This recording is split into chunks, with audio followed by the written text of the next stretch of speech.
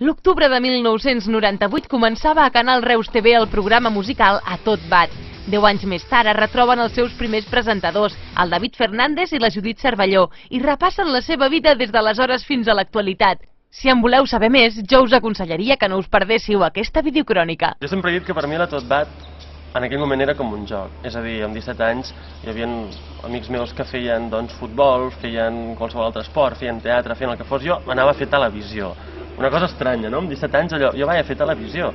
I per mi era un joc, era compartir les meves aficions amb molta gent, canalitzar-les en un programa de televisió que s'emetia per la tele, però el que no me'n donava compte és que en aquests anys a l'A Tot Bat vaig aprendre moltíssim.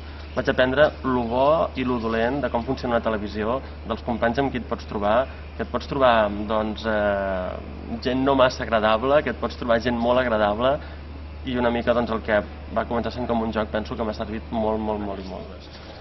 Jo me'n recordo que arran de l'A Tot Bat vam conèixer també una gent, el Jordi ja coneixia, jo no els coneixia, que feien un programa que es deia Cops i Flames a Punt 6. Un programa que és el programa de Gada, la música en català, i a partir d'aquell moment vaig començar a col·laborar amb aquest programa.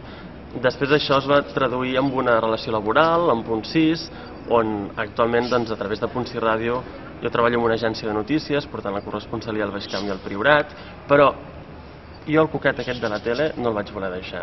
Per això vaig estudiar després audiovisuals, realització d'audiovisuals, i a partir d'aquí vaig dir, jo vull fer la meva productora amb allò que deia abans, aprofitar tots els coneixements durant tots els anys de l'A Tot Bat per poder engegar la meva pròpia història. I ara actualment, entre altres coses, també em dedico a això, a més de l'agència de notícies, amb una productora audiovisual, on fem des de reportatges, anuncis, programes de televisió, i a més també sempre he seguit vinculat amb el rotllo musical, anant a concerts també cada vegada menys, però Déu-n'hi-do, sempre que podem fer un forat i anem a algun concert.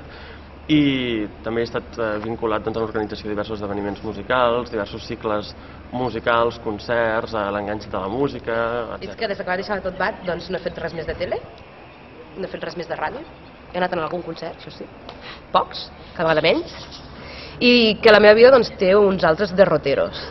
Vaig decidir, o la vida em va fer veure que me l'havia de guanyar la vida, que no podia anar fent coses altruistament, que no em podia guanyar la vida fent tele, perquè aquí no era moda, a la tele de Reus no era moda guanyar-s'hi la vida, i hauria pogut anar, però és que les meves arrels reusenques, no, el que passa és que em vaig casar amb un noi que és d'aquí i vaig decidir quedar-me aquí.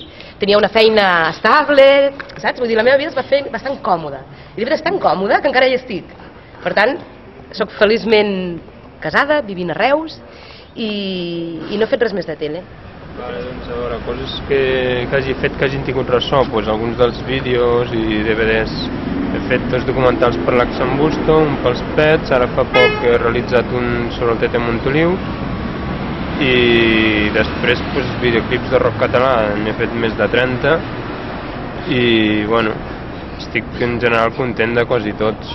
I llavors, bé, la meva trajectòria des que es va acabar el programa, o des que vaig deixar el programa, que va ser l'octubre-novembre del 2001, fins ara, he seguit anant a concerts. En aquests moments vaig pel concert número 1412, són 20 anys d'anar a concerts, tal com deia, i el que vaig posar-me mans a l'obra va ser a partir de continuant grups, a partir del març del 2006, que és quan s'engega el projecte Estoc de So TV.